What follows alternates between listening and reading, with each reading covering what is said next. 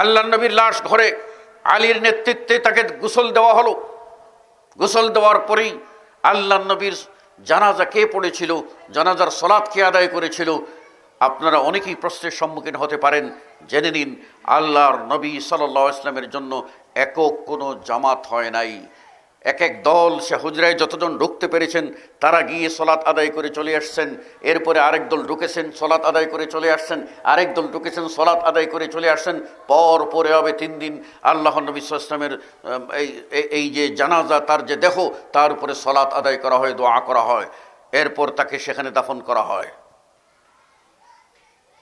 এরপর খলিফা হলেন আবু বকর। আবু বকর খলিফা হওয়ার পরে তিনি 2.5 বছর খেলাফতকাল পরিচালনা করলেন। তারপরে ওমর রাদিয়াল্লাহু আনহু খলিফা হলেন। ওমর রাদিয়াল্লাহু আনহু খলিফা হওয়ার পরে ওমর রাদিয়াল্লাহু আনহুর খেলাফতের সময়ে আবার এইরকম অনাবৃষ্টি দেখা দিল, খরা দেখা দিল।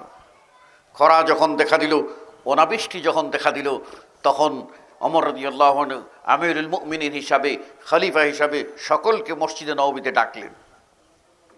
মসজিদে নববীতে ডাকলেন। ডাকার পরে তিনি সেখানে মিম্বরে উঠলেন এবং ভাষণ দিলেন। আর দিয়ে জনগণকে সতর্ক করে তারপর তিনি আল্লাহর কাছে আবেদন করলেন।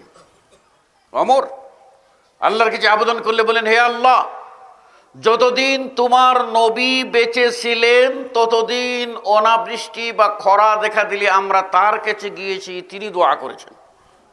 ভালো করে বুঝে নিন, যতদিন নবী বেঁচে ছিলেন খরা দেখা দিলে আমরা তার কাছে গেছি এবং তিনি দোয়া করেছেন, আপনি আমাদের বৃষ্টি দিয়েছেন। আজকে নবী আমাদের মাঝে নাই। ভালো করে বুঝে নিন, আজকে নবী আমাদের মাঝে নাই। কোথায় বলতেছেন? মসজিদে নববীতে, নবীর মিম্বরে।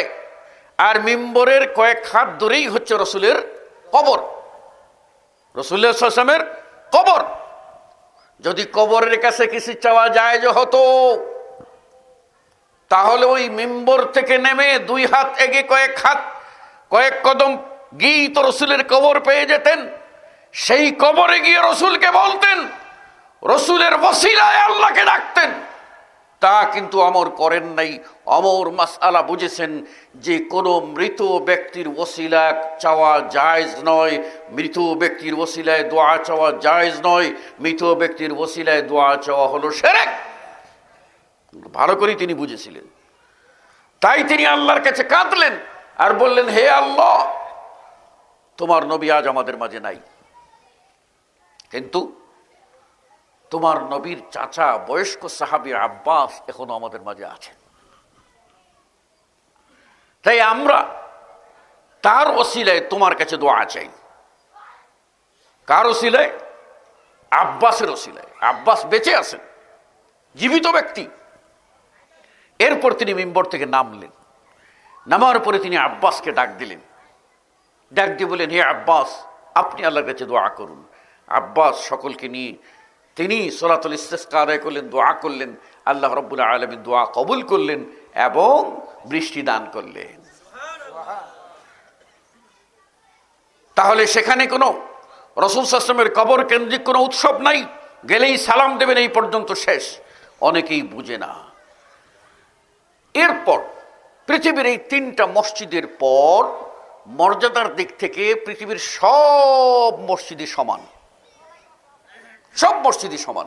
আপনাদের এই কালনি পশ্চিম পাড়া বাইতুন নূর জামে মসজিদ, যেই মক্কার আপনার অন্যান্য মসজিদ, রিয়াদের বড় বড় মসজিদ একই। তবে আমি একটু ক্লিয়ার করে বলি, অনেকের ভুল ধারণা হতে পারে। মসজিদ সমূহের মধ্যে 3টি মসজিদ ছাড়া আর বাকি সকল মসজিদ সমান।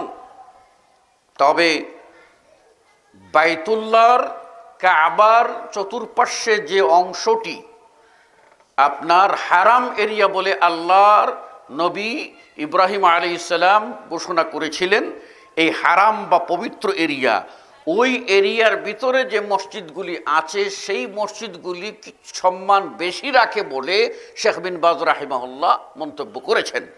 আবার অন্যরা বলছেন না, এই সওয়াব ও এই মর্যাদা শুধুমাত্র খাস এই 3টি মসজিদের জন্য, অন্য কোনো মসজিদের জন্য না। অনুরূপভাবে মদিনার মসজিদ আর মদিনার এইরকম হারাম আল্লাহর নবী ঘোষণা করেছেন, মা বাইনা সৌর ওয়াল ঈর, সৌর এবং ঈর পাহাড়ের মাঝখানের জায়গাটি আল্লাহর নবী হারাম এরিয়া ঘোষণা করেছেন, নিষিদ্ধ এরিয়া ঘোষণা করেছেন, পবিত্র এরিয়া ঘোষণা করেছেন। সেই জায়গার কথাও কোনো কোনো মন্তব্যে এসেছে, তবে না।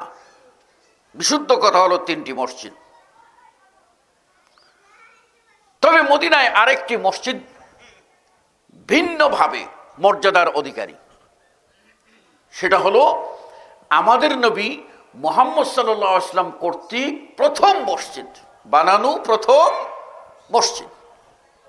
মক্কায় কিন্তু নবী প্রথম মসজিদ বানান নাই, তিনি হিজরত করেছেন। হিজরত করে গিয়ে কুবায় উঠেছেন প্রথম। কুবায় উঠে কুবাতে মসজিদ বানাইছেন। আর কুবাতে মসজিদ বানানোর কয়েকদিন ব্যবধানে তিনি ওই যে মদিনার এখন কেন্দ্রীয় মসজিদ, সে জায়গায় যান এবং সেখানে মসজিদ বানান। এই কুবা মসজিদ হলো আল্লাহর নবী, আমাদের নবী, বিশ্ব নবী মুহাম্মদুর রাসূলুল্লাহ সাল্লাল্লাহু আলাইহি ওয়াসাল্লাম কর্তৃক নির্মিত প্রথম মসজিদ। আর তার দ্বিতীয় নির্মিত মসজিদ হলো মসজিদে নববী, যেটা সেন্ট্রাল মসজিদ। মাসআলা ভালো করে বুঝবেন। এক সময় কুবায় একটা ষড়যন্ত্র শুরু হলো। ষড়যন্ত্রটা কি? মদিনার মুনাফিকরা ইহুদিদের সাথে তাল মিলিয়ে এবং আপনার তৎকালীন পরাশক্তি রোমীয় শক্তি তাদের সাথে তাল মিলিয়ে মদিনাকে উচ্ছেদ করার অভিযান শুরু করলো। পরিকল্পনা, মদিনাকে উড়িয়ে দেবে, গুড়িয়ে দেবে। যেমন আজকে দেখেন না, বাবরি মসজিদ গুড়িয়ে দেওয়ার চেষ্টা করছে, করছে না? করছে কি করছে না? বিশ্বের মানবতাবাদীরা কোথায়? কোথায় তাদের বিশ্ব বিবেক? আজকে নরওয়ে কোরআন পুড়িয়ে দেওয়া হয় প্রকাশ্যভাবে। প্রকাশ্যভাবে মুসলিম রমণীদেরকে চিনে ধরে টেনে হেঁচড়ে নেওয়া হয়। কাশ্মীরের অবস্থা তো ততই বচো। কোথায় বিশ্ব বিবেক? আজকে বছরের পর বছর, শত বছরের পর শত বছর অতিক্রম করা ঐতিহ্যবাহী বাবরি মসজিদ, মুসলিমদের সেই অধিকার, হৃদয়ের অন্যতম স্থান, সেটাকে ভেঙ্গে সেই জায়গায় রাম মন্দির বানানো হবে। বড় আফসোসের কথা, বড় আফসোসের কথা। বিশ্ব বিবেক আজ কোথায়? আমার বাবা ভাইয়েরা, অনুরূপ ষড়যন্ত্র হয়েছিল মদিনায়। মদিনাকে গুড়িয়ে দেওয়ার ষড়যন্ত্র। এই ষড়যন্ত্রে মদিনার মুনাফিকরা চিন্তা করলো যে তারা একটা অস্ত্র গুদাম বানাবে, অস্ত্রাগার, যেখানে রোম সম্রাট বাহিনী কিছু অস্ত্র পাঠাবে, গুদামজাত করে রাখবে, আর ওরা যখন হামলা করবে এই গুদামগুলি কাজে লাগিয়ে মদিনা গুড়িয়ে দেবে। দেখছেন কিরকম ষড়যন্ত্র? নবী আছেন তখন, নবী সাল্লাল্লাহু আলাইহি ওয়াসাল্লামের জীবদ্দশায়। আল্লাহর নবী আছেন তখন। নবীকে হত্যা করা, মদিনাকে গুড়িয়ে দেওয়া, আনসারদেরকে গুড়িয়ে দেওয়া, মুহাজিরকে গুড়িয়ে দেওয়া, ধ্বংস করার জন্য নীল নকশা করলো। নীল নকশাই তারা এতদূর, যারা সেখানে অস্ত্রাগার বানাবে, তখন তাদের উপদেষ্টা বলল, না, যদি অস্ত্রাগার বানাও, এটা যদি মুহাম্মদের সঙ্গীরা শুনতে পায়, সাহাবীরা, তোমাদের কিন্তু অস্তিত্ব রাখবে না, ওটা বানাতে দেবে না। তাহলে কি করা যায়? বুদ্ধি দিল, একটা কাজ করো, তোমরা সেটা মসজিদ নাম দাও। আসল হলো অস্ত্রাগার, নাম দাও কি? মসজিদ। এবার গিয়ে তোমরা নবীকে বলো যে আমরা একটা মসজিদ বানাতে চাই। আল্লাহ নবী খুশিতে অনুমতি দেবেন, আর তোমরা সেখানে অস্ত্র রাখবে। কথা বুঝতে পারছেন কিনা? বুঝতে পারছেন? তাই তারা করলো। এখন মসজিদ বানাইয়া, আসল কি মসজিদ না অস্ত্রাগার? অস্ত্রাগার বানাই, নাম দিল মসজিদ। মসজিদ বানাইয়া আল্লাহ নবীর কাছে গিয়ে মুনাফিকরা হাজির। মুনাফিকদের আবার কথা মিষ্টি হয়, রস মিষ্টি হয়, তেল মালিশ ভালো করা জানে। কথা বুঝেন নাই? যারা বাতের বড়ি বিক্রি করে, শ্রীপুরের বাতের বড়ি বিক্রি করে, বুঝেন নাই? ইঁদুরের বংশ করে দিব ধ্বংস, ধরা খাইলে জামিন নাই, কয় না একদম? হ্যাঁ, এদের কিন্তু কথার ছুটে মনে হবে নিলেই আজকে সব তেলাপোকা ছাই হয়ে যাবে। আইনা দেখবেন তেলাপোকার জায়গায় তেলাপোকা আছে, ঔষধের জায়গায় ঔষধ আছে। কথা ঠিক না বেঠিক? ফুটপাতে লিখছে কিন্তু এইভাবে চলে। ঠিক যারা বেদাতি, যত বড় বেদাতি তাদের কিন্তু গলার আওয়াজ তত বড়, যত বড় বেদাতি তাদের সুর তত মিষ্টি। তারা ওয়াজের নামে গান গাইয়া গানের প্রচার করে দেয়। তখন মানুষ এই গান শুই না, তখন মনে করে গিয়ে আবার ইউটিউবে সার্চ দিয়ে ওই গানটা বাজে, কয় মৌলবি যা গাইলো কেমন করে তাল মিললো কি মিললো না। তখন আমার গানটা ভালো করে শুনে শুই না গানের অ্যাডভার্টাইজ করে, এরা ফ্রি অ্যাডভার্টাইজ করে। কিসের ওয়াজ? ওয়াজের মধ্যে গান। আমার বাবা ভাইরা, ঠিক মুনাফিকরা তেল মালিশ করা জানে। এবার তারা তেল মালিশ করতে গেল আল্লাহ নবীর কাছে, জায়গা পায় নাই। আল্লাহ নবীর কাছে গিয়ে বলছে, ইয়া রাসূলুল্লাহ, ইয়া রাসূলুল্লাহ, মনটা চায় সব সময় আপনার পিছনে নামাজ পড়ি, আর এই পথটা বড় দূর, প্রায় 3 মাইলের দূর, কষ্ট হয়, রাস্তায় কত পাথর, পায়ে লাগে, কষ্ট হয়, তাই বলে কি জামাত থেকে বঞ্চিত হব? এই জন্য আমরা চিন্তা ভাবনা করে ইয়া রাসূলুল্লাহ একখানা মসজিদ বানাইছি, যদি আপনি গিয়ে 2 রাকাত নামাজ পড়া মসজিদটা উদ্বোধন করে দিতেন তাহলে মনটা আমাদের শান্তি হইতো। অন্তত বলতে পারতাম রসুলের উদ্বোধন করানো মসজিদে নামাজ পড়তাছে। কি দরদি কান্না! আল্লাহ নবী কিচ্ছু জানেন না। আরে একদল ভণ্ড বলে নবী গায়েব জানেন। আরে বাবা, আল্লাহ না জানাইলে তো নবী কিচ্ছু জানেন না। গায়েবের ইলম আল্লাহর। ইনদাহু মাফাতিহুল গায়বি লা ইয়ালামুহা ইল্লাহু। ইলমে গায়েবের চাবিকাঠি আল্লাহর কাছে, তিনি ছাড়া আর কেউ জানেন না। নবীকে বলেছেন তুমি বলো, ইন্নী লা আ'লামুল গায়ব, আমি গায়েব জানি না। বলে দাও আমি গায়েব জানি না। বলে দাও লা আমলিকু লাকুম নাফআন ওয়ালা দাররা, আমি তোমাদের উপকারও করতে পারি না, অপকারেরও ক্ষমতা রাখি না। আল্লাহ নবী কিচ্ছু জানেন না।